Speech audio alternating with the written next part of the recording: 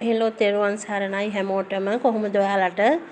ඉතින් අදත් මම ඕගොල්ලොත් එක්කම බෙදා ගන්න කියලා ලෑස්ති උනේ අපි හැමෝටම වැදගත් වෙන ඊටමත් පුංචි මාතෘකාව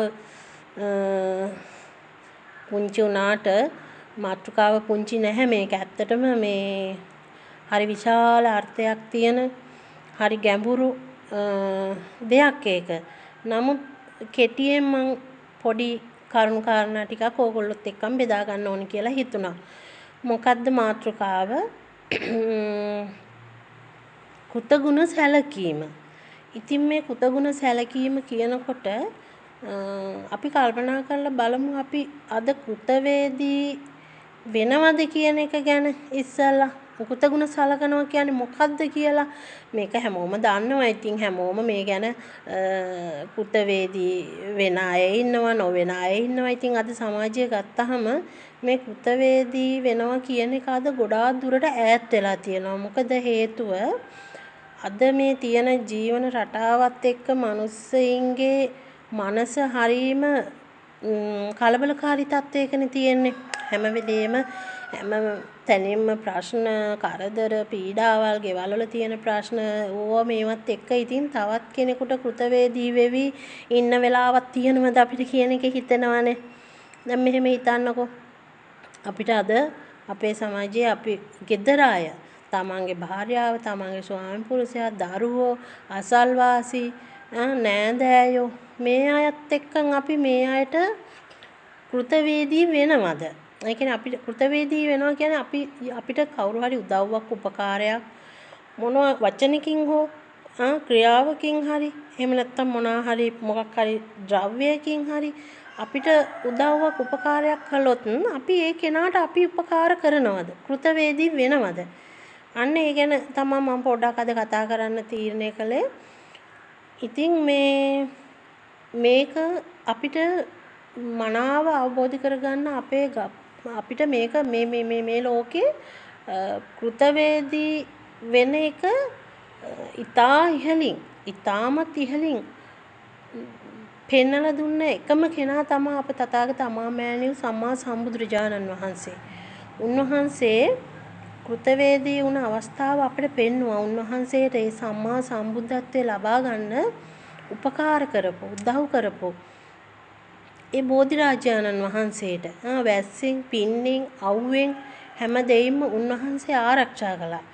ආරක්ෂා කරලා දුන්න ඒ බෝධිරාජාණන් වහන්සේට උන්වහන්සේ ප්‍රතිඋපකාර කළේ කොහොමද? කෘතගුණ සැලකුවේ කොහොමද? මේක ඉතින් හැමෝම දන්න කතාවක්නේ. උන්වහන්සේ සත්‍යයක් මුළුල්ලේ ඇසිපිය නොහෙලා බෝධීන් වහන්සේට ප්‍රතිඋපකාර කළා නේද? ඉතින් එතකොට ඒකෙන් අපිට ගන්න තියෙන්නේ මොකද්ද? උන්වහන්සේ අපේ ජීවිතවලට පෙන්නලා දුන්නේ පළමුව. උන්වහන්සේ බුද්ධත්වයේ ලබලා පළමුවෙන්ම උන්වහන්සේ ගියේ නෑනේ කවුරුත් හොයාගෙන. උන්වහන්සේගේ ගිහි කාලේ දෙමාපියෝ හොයාගෙන ගියේ නෑ. විරිද ඒ දේවල් පස්සේ ගියේ නෑනේ උන්වහන්සේ. උන්වහන්සේ කලේ තමන්ට උදව් උපකාර කරපු තමන් හිටපු තැන ඒ බෝධීන් වහන්සේට කෘතගුණ සැලකුවේ.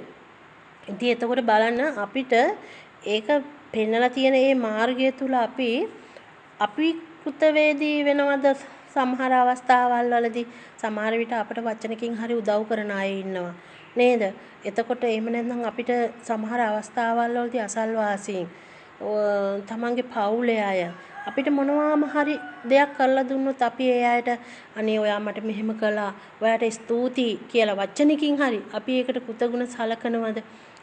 නැතුවනේ මේ කරන අය ඉන්නවා. කෘතගුණ සලකන අය බොහොම හොඳ කරුණාවන්ත එහෙම කට්ටිය ඉන්නව නැතුව නෙමෙයි. සමහර වෙලාවල් වලට අපිට මේක අපේ මනසින් ඈත් වෙනවා. ටික ඈත් වෙලා ගිහින් තියෙනවා අද සමාජයේ නේද? චුට්ටක් හිතන්නකෝ. අපිට මේ විශ්ව මාතාව වුණත් අපි විශ්ව මාතාවට වුණත් අපි කෘතවේදී වෙනකොට අපිට කොච්චර උදව් උපකාර ලැබෙනවද නේද? උදව් උපකාර ලැබෙනවා වගේම ඒක පෙරලා අපට ආශිර්වාදයක් වෙනවා. ඒ කෘතගුණ සලකන එක බලන්න. දැන් අද බුදුරජාණන් වහන්සේ එදා ඒ කෘතවේදී වුණ බෝධිරාජාණන් වහන්සේ අභියසට ගිහිල්ලා අපි කොච්චර සැනසෙල්ලක් ලබනවද? කොච්චර සුවයක් ලබනවද නේද? අදත් ඒක ඒ විදිහටම අපිට පිහිට වෙනවනේ.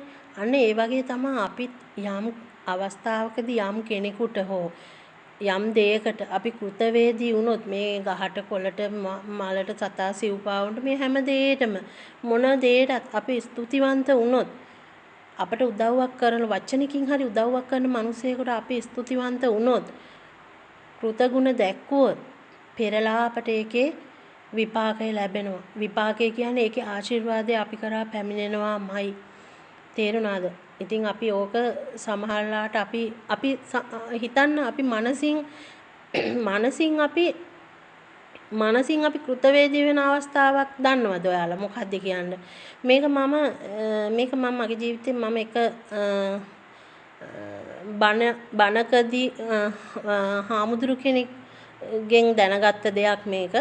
ඉතින් අපි මනසින් අපි තවත් පුද්ගලයෙකුට කෘතවේදී වෙනවා කියන අවස්ථාවක් තමයි මේ බලන්න අපි අපේ පවුලේ ඥාතියෙක් හෝ පිටස්තර කෙනෙක් හෝ කවුරු හරි මිය ගිය අවස්ථාවකදී අපි එයාව සිහි කරලා එයාට අපි දානමාන දෙනවනේ, දානයක් දෙනවනේ. අපි නිවසට හාමුදුරුවෝ වඩම්මලා බණක් කියලා අපි දානයක් දෙනවා. දානයක් දීලා අපි පින් රැස් කරගෙන ඒ පින අපි අනුමෝදන් කරනවානේ පුජ්‍යලයට මැරුණු කෙනාට අපි අනුමෝදන් කරනවා. බලන්න එතනදී අපි නොදන්න මේක දන්නව ඇති ඔක්කොම මේක දන්න කට්ටිය ඉන්නව නොදන්නව නෙමෙයි. නමුත් අද සමාජයේ ගොඩාක් බොහෝ දෙනෙක් ඉතින් මේ වගේ දේවල් ඇත්තටම අපි දැනගෙන හිටියෙත් නෑ මේවා කලාට මේකේ තේරුම මොකද්ද කියන එක. මමත් ඒ දැනගත්තට පස්සේ තමයි ඉතින් මේක දැනගත්තේ. එතනින් පස්සේ තමයි දැන් අපි දානේ දීලා ඔක්කොම කරලා පින් රැස් කරගෙන ඒ පින අපි අනුමෝදන් කරනකොට අපි පැන් වඩනවා කියලා දෙයක් කරනවානේ. පිරිච්ච භාජනයකින් පැන් තවත් හිස් භාජනයකට පිරෙන්න දාලා ඒක පිරීලා ඉතිරිලා යන සලස්සනවනේ. එතකොට අන්න ඒ අවස්ථාවේදී අර පිරුණු භාජනයේ පැන් තමයි අපි රැස් කරගත්ත කුසල් ඒ මොහොතේ. අපි දානයක් දීලා මහා සංඝරත්නය වඩම්මලා දානයක් දීලා අපි රැස් කරගත්ත පින තමයි අර පිරුණු භාජනේ තියෙන්නේ. එතකොට අර හිස් භාජනේ කියන්නේ පින් ගන්න බලාපොරොත්තු වෙන අපේ ඥාතියා හෝ අසල්වාසියා හෝ ඒ කවුරු හරි හෝ මියගිය පුජ්‍යලයා. එතකොට එයාව අපි අර පිනෙන් එයාව පූර්ණේ කරනවා, පුරවනවා. එයාගේ එතන අනිත් හිස් භාජනේ තියෙන අපි අර පැන්වක් කරලා ඒක පුරවලා ඉතිරිලා යන්න සලස්සනවා කියලා සංකේතවත් කරන්නේ මේ පුජ්‍යලයට අපි මේ පින අනුමෝදන් කරනවා කියන එක. තේරුණාද? එතකොට අන්න එතනදී අපි අපේ මනසින් දැන් අපිට පුජ්‍යලයා පේන්නේ අපි මනසින් අර පුජ්‍යලයට පින අනුමෝදන් කරනකොට එයා ඒ පින ලබා ගන්නවා කියනවා මේ වෙලාවට. නේද?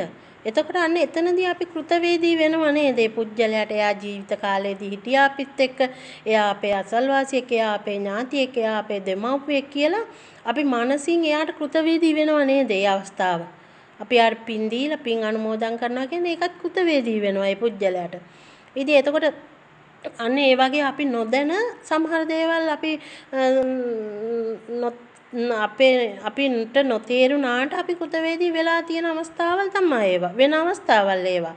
ඉතින් අන්න ඒ වගේ අපිට මේ ඇහැට පෙනෙන අපිත් එක්කන් ඉන්න උදේ ඉඳන් රැ වෙනකන් ආශ්‍රය කරන වටපිටාවේ ඉන්න දෙමව්පියෝ සහෝදරයෝ නෑදෑයෝ මේ අහල පහල ඉන්න අපේ හිතවතුන් අන්න ඒ වගේ අයත් එක්කන් අපි කෘතවේදී වෙනවා නම් අපිට යමක් කරාම හෝ නොකලාම හෝ අපි එයාලත් එක්කන් ඒකට ප්‍රතිඋපකාර කරගෙන වචනකින් හරි උදව් උපකාර කරගෙන හැම දෙයකටම අපි කෘතවේදී වුණොත් ස්තුතිවන්ත වුණොත් අනේ ඔයා මට මේ උදව්ව කළා, ඔයා මං ගැන හෙව්වා, ඔයා මං ගැන බැලුවා, ඔයා හිතන්න පොඩ්ඩක් අර ඒ වගේ හැම දෙයකටම අපි කෘතවේදී වුණොත් අපේ හිතට මාර සතුටක් නේ. හිතට පුදුම සැනසීමක් නේද? අනේ මං අරයා මට මෙහෙම කළා, මමත් එයාට මෙහෙම කළා කියලා හිතන්නකො චුට්ටක්. මොහොතකට හරි අපිට සැනසීමක් එනවනේ. ඒ වගේම ඒවා බලාගෙන ඉන්නවා මේ විශ්වයේ යම් ශක්තියින් තියෙනවානේ අපිට උදව් උපකාර කරන අපේ ඉෂ්ට දේවතාවුන් වහන්සේලා ඉන්නවා. ඒ වගේම දෙවිගොල්ලෝ ඉන්නවා. ඉතින් ඒ අයත් මේවා බලාගෙන ඉන්නවා මේ විශ්වයේ විශ්ව මාතාව මේ හැමදේම බලාගෙන ඉඳලා ඒවට අපිට අනිවාර්යයෙන්ම හොඳ පිළිතුරක් දෙනවා. තේරුණාද? මනසට කායික මානසික සුවයක් ඉතින් ඒ වගේ සැනසීමක් අපිට ඇත්තටම ලබා දෙනවා. ඉතින් අන්න ඒ වගේ මම මේ පුංචි පොඩි වීඩියෝ එකෙන් ඔයාලට අරන් එන්නේ අපි හැමනිතරම කෘතවේදී වෙමු. අපිත් එක්ක ඉන්න වටපිටාවේ අනිත් අයත් එක්කන් අපි හැම වෙලාවෙම වචනකින් හරි ඒ අයට කෘතවේදී වෙලා ඒ අයත් එක්ක සතුටින් සමාදානෙන් හොඳින් හිටියොත් අපිට හැමදාම සතුටින් ඉන්න පුළුවන්. අන්නේ පණිවිඩය තමයි මම ඔයාලත් එක්කම බෙදාගන්න. ඉතින් අද ගොඩාක් වෙලාවට මේ කෘතවේදී වෙනවා කියන එක සමාජයෙන් ඈත් වෙලා, මිනිස්සු තුලින් ඈත් වෙලා අමුතුම විදිහකටනේ දැන් අපිට ජීවත් වෙන්න වෙලා තියෙන මේ ප්‍රශ්නත් එක්කන්. ඒක නිසා අපි අර අපේ ಗುಣධර්ම පුරුදු කරගත්තොත් එහෙම පුජ්‍යලයට කායික මානසික වගේම මේ විශ්වයනොත් අනිවාර්යෙන්ම ආශිර්වාදය ලැබෙනවා. ඒ ආශිර්වාදය ඔයාලත් හැම දිනාටම ලබා ගන්න කියලා මම ප්‍රාර්ථනා කරමි. මේ වීඩියෝ එක ඔයාලා අහලා ඔයාලගේ ජීවිතවලට ගන්න පුළුවන් යමක් තියෙනවා නම් එකතු කරගන්න කියලා ඉතාමත් ආදරෙන් ඉල්ලා සිටිනවා. හැමෝටම තෙරුවන් සරණයි. දේව පිහිටයි.